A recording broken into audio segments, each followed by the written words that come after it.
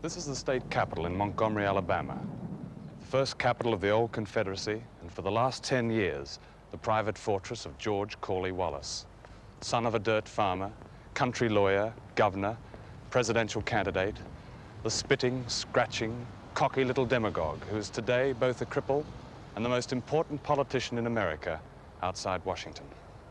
George Wallace, who once said, "Segregation now, tomorrow forever," is no longer the outsider, no longer the butt of liberal jokes. Today, he is second only to Edward Kennedy as the popular choice for a Democratic president in 1976.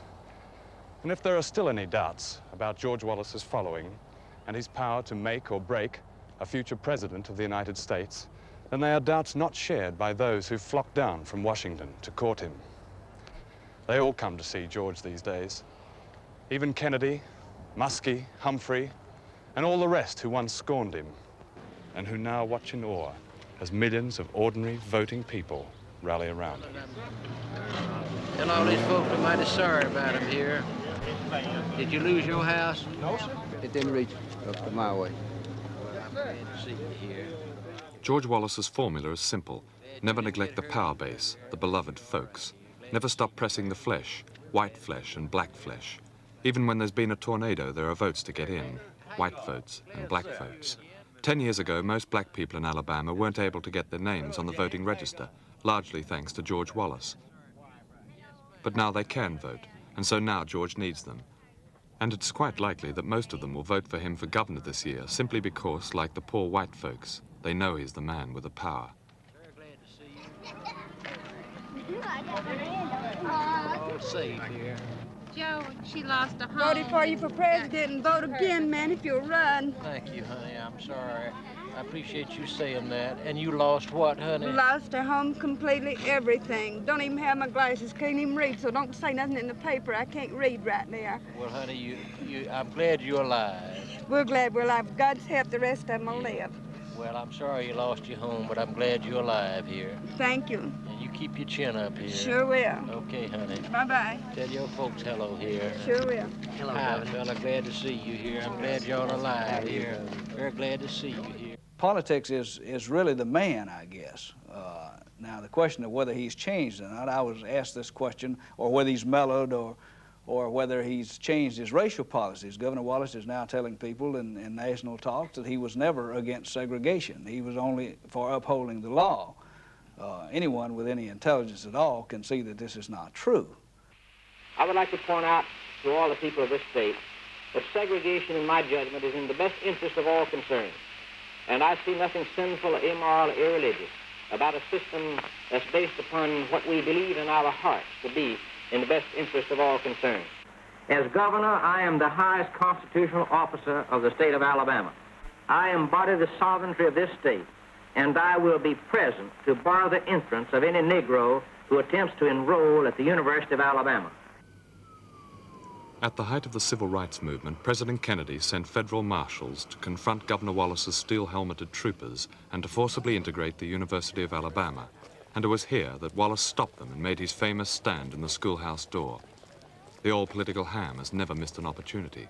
Of course, George pressed only white flesh in those days. Now, therefore, I, George C. Wallace, as governor of the state of Alabama, have by my action raised issues between the central government and the sovereign state of Alabama, which said issues should be adjudicated in the manner prescribed by the Constitution of the United States. And now, being mindful of my duties and responsibilities under the Constitution of the United States, the Constitution of the state of Alabama, and seeking to preserve and maintain the peace and dignity of this state and the individual freedoms of the citizens thereof, do hereby denounce and forbid this illegal and unwarranted action by the central government. I ask you once again to reconsider the consequences of your statement, and I'll ask you once again, will you give me the assurance that you'll step aside and peacefully do your duty? Very well. Students will remain on the campus.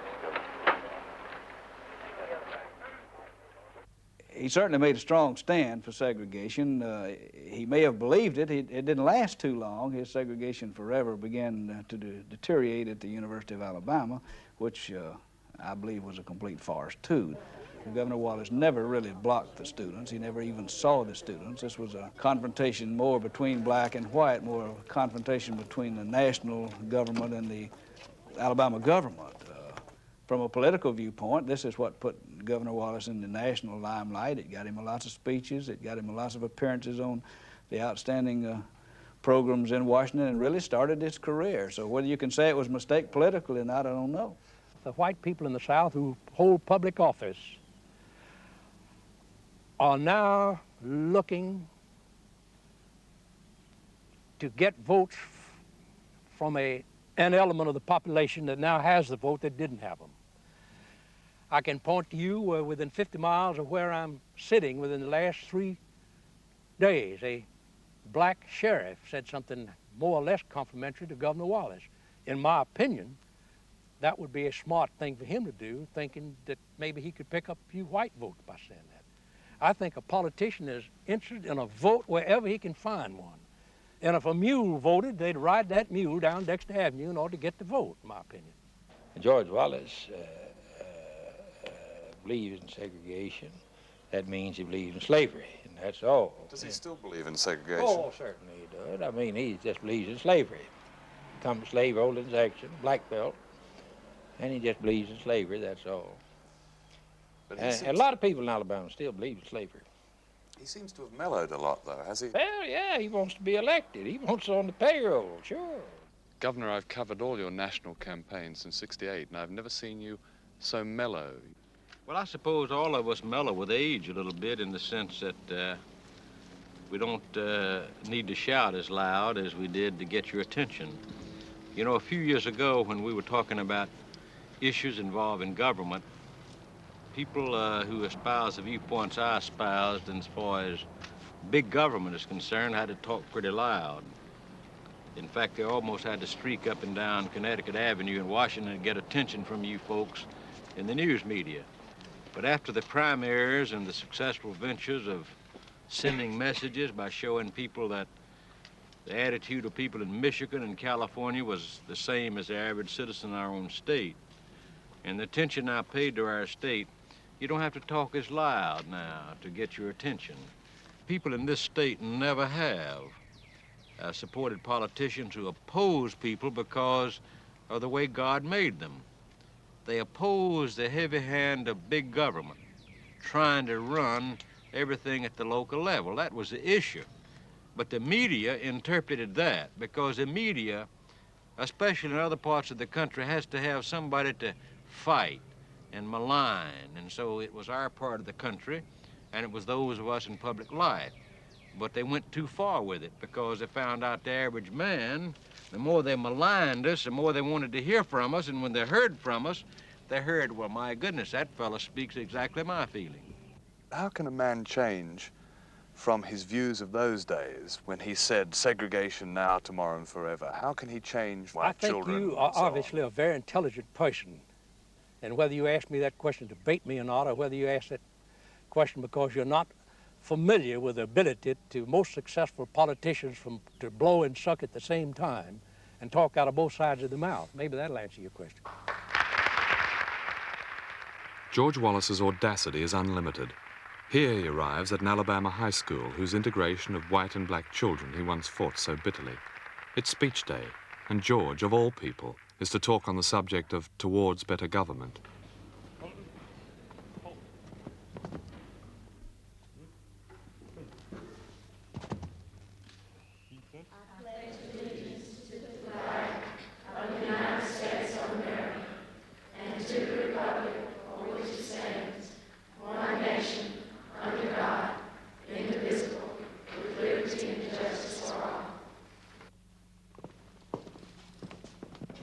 Today, the people of our part of the country are respected and recognized as the people who are in the mainstream of American political thought.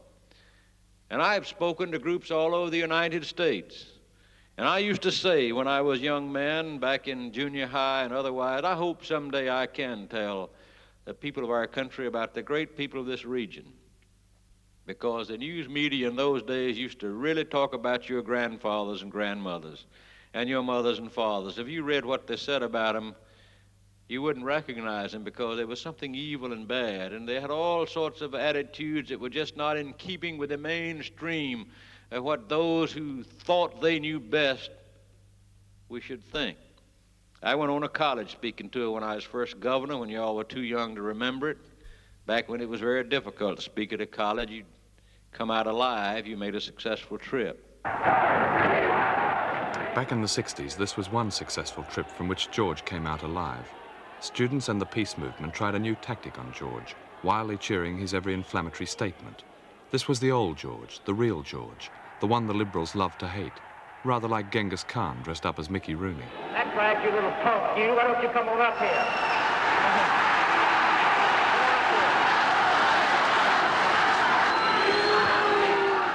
One would hardly guess that the man who has whipped up so many mobs is himself terrified of crowds.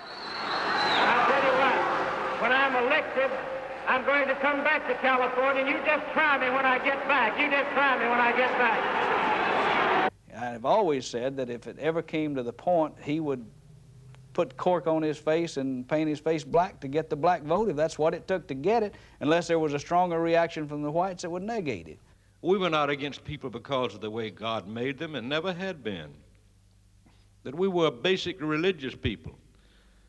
But we were against big government trying to control every phase and aspect of people's lives, because, my young friends, big government is the enemy of the people. There's an inborn, inbred, inherent, habitual antagonism against federal government in the South. But surely that's where George Wallace derives his power from. Yes, and I would say that the average Southerner wants everything he can get out of the federal government, but wants no part of it.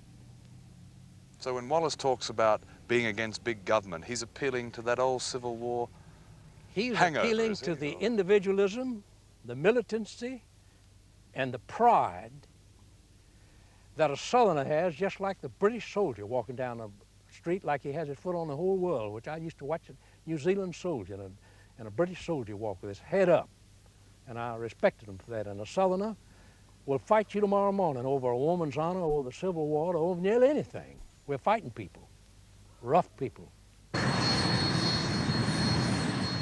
Another stop in George's relentless day-after-day campaign. If you travel with him, it's not hard to forget that he's in pain most of the time. Always at his side, along with the ever-present cops, is Cornelia, his extraordinary wife who has plotted his comeback, who stands beside him every morning shouting encouragement as he heaves himself along parallel bars, trying to walk. Someone unkindly called Cornelia the Jackie Kennedy of the rednecks. In fact, she's a very sharp political lady. From the day she married George, she has set them both on the road to the White House. She has played the role of Beauty taming the beast. She has stopped George reaching into his breeches and scratching in public. And the other day she bought him a Gatsby suit. Anything to change his image from that of a little punk to something rather more presidential, or at least vice presidential. Oh, what was that Julian Bond said? A leopard can't change his Spots. spots. Yeah. He's a good politician. He uses whatever tactics are helpful to him at the time. And if being liberal is good for his image at the time, he'll do it. You know. Why isn't he talking about race anymore? Because it's sort of a dead issue right now. It's not the best strategy to use, you know. He's just a politician. He's a good politician. No, he hasn't changed. He just put on the front, really. Do you think he's changed or put on a front? No, he's Put on still the front. same George Wallace. That's right. He's just And what's trying the to same prove George Wallace? prejudice and everything else. He's just doing things to influence people to vote for him. He's trying to win the election, come election. Has he got a good chance of getting to Washington in '76? No, he's gonna be shot again. He really is. George Wallace was shot at a rally in a shopping center in Maryland during his presidential campaign in 1972.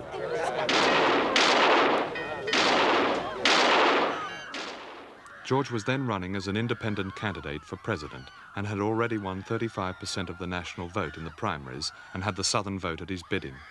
Indeed, to those paranoid conspirators in the White House, he was the one spoiler who could reduce Richard Nixon's majority or even bring him down. On the evening after I interviewed Cornelia Wallace, she told me that she knew about a certain photograph which showed Arthur Bremer, George's would-be assassin, and one of the leading Watergate conspirators together shortly before the assassination attempt. She said, "We know Bremer wasn't a loner. We know something smells about the whole affair." Who really shot you, Governor? Who really shot me? The other day you talked for the first time, I think, about a possible Well, conspiracy. I've been asked questions many times. I've never initiated a statement about, did I hear the rumors about Bremer being friends and knowing so-and-so and so-and-so. I have no knowledge of him knowing anybody.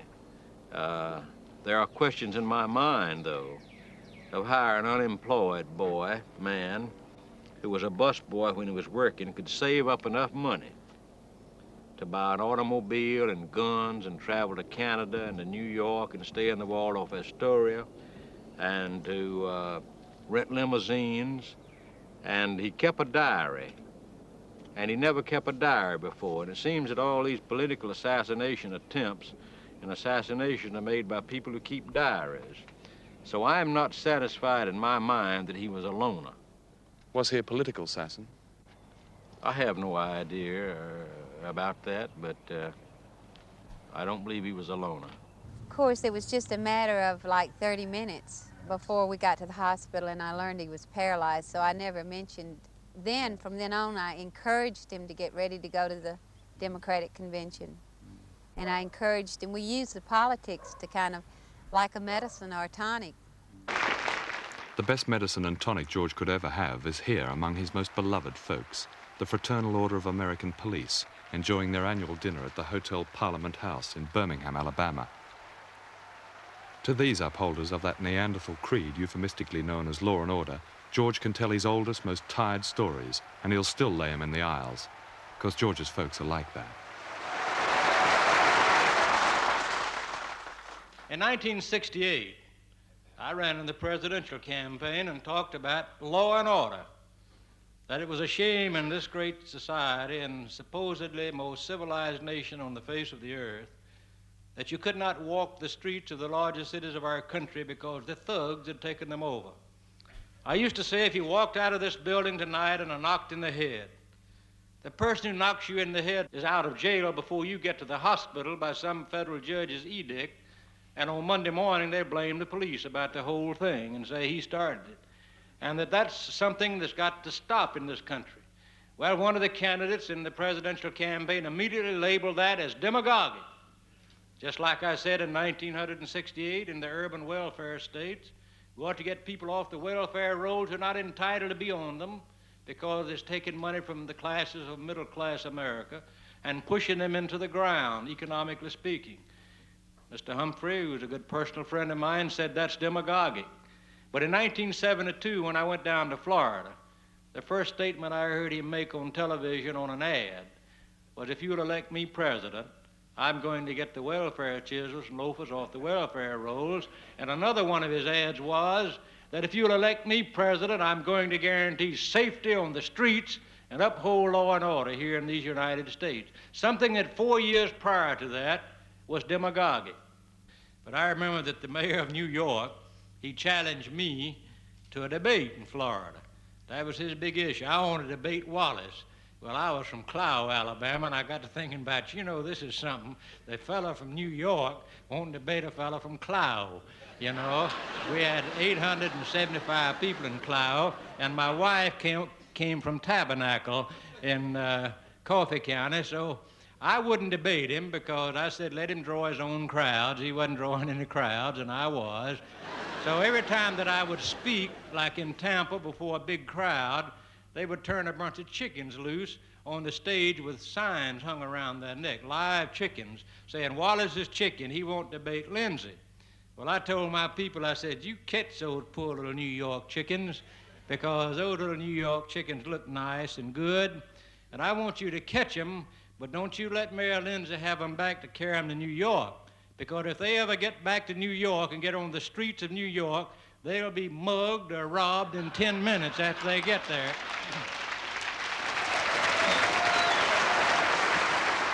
Does he want to be president, want to be vice president, or a kingmaker? Oh, I think with Governor Wallace's ambitions would be to be president.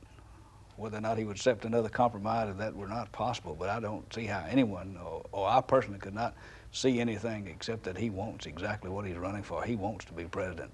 Would you like to be president, Wallace? Well, I wanted to be in 1972 and 68. Whether I want to in 1976 will depend upon whether or not there are those on the political horizon who represent the viewpoint of the people that have not been represented a long time in government. I don't rule anything out, but I don't rule it in because I have made no definite decision in my own mind. Can you imagine a ticket of Senator Kennedy and Governor Wallace? Well, I've heard a lot of talk about it, you know, but I don't know. I think certainly for the Democratic Party it'd be the strongest ticket they could have. I think the Kennedy people probably would not like it, and the Wallace people probably would not like it, but if the Democratic Party could get that ticket together, I think it'd be the strongest voter appeal ticket because it would get two strong, large factions of the Democratic Party together. They say that when Senator Kennedy came down to see Governor Wallace last year, that was the beginning of the South returning to the Union. Is that fair? Maybe it was the beginning of the Union returning to the South. On the 4th of July, 1973, Edward Kennedy came down to Alabama to pay homage to the power of the man whom he once described as representing all that was wrong with America. But now Ted needs George Wallace because Ted wants to be president, and George has all those folks and all those votes. How powerful will George Wallace be in '76 in the presidential campaign? Well, of course, this depends a lot on conditions. It depends on who runs. It depends on the reactions to Watergate. He'll obviously have a lot of votes to deliver to somebody. Yes, for some reason that we don't understand in Alabama, I guess, Governor Wallace, although we have printed so much about corruption in government, and although he is the governor, and although he hired most of the people that are running the departments, the people in Alabama have never connected him personally to the corruption. They consider that he's completely honest and completely without blame in this. When he's with his own people, his power base, the old George can be his true scratching self, free from the protection of Cornelia, who has put out a directive that the governor can be interviewed only if his table manners are off the record.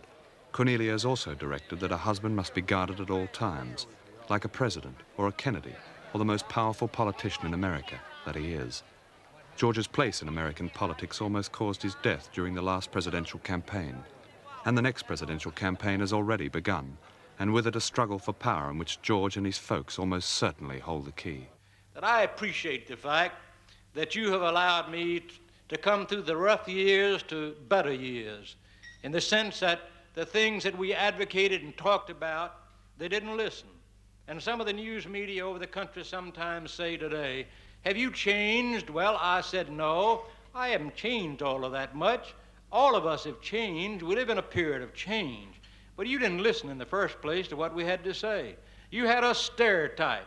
You had us in this particular region of the country as something less than good, not quite up to par with other people, and therefore you didn't listen. But now you have to listen because I am so proud of the prediction that I made 10 years ago that someday they're going to discover us. Someday they're going to find us out. And when they discover us, they're going to come to see us. Well, you know, we've had the president of our country twice in this state in the last 3 years. And in Huntsville the other day, unlike what his party used to say, what did he say? Alabama is the conscience of America. That's what he said.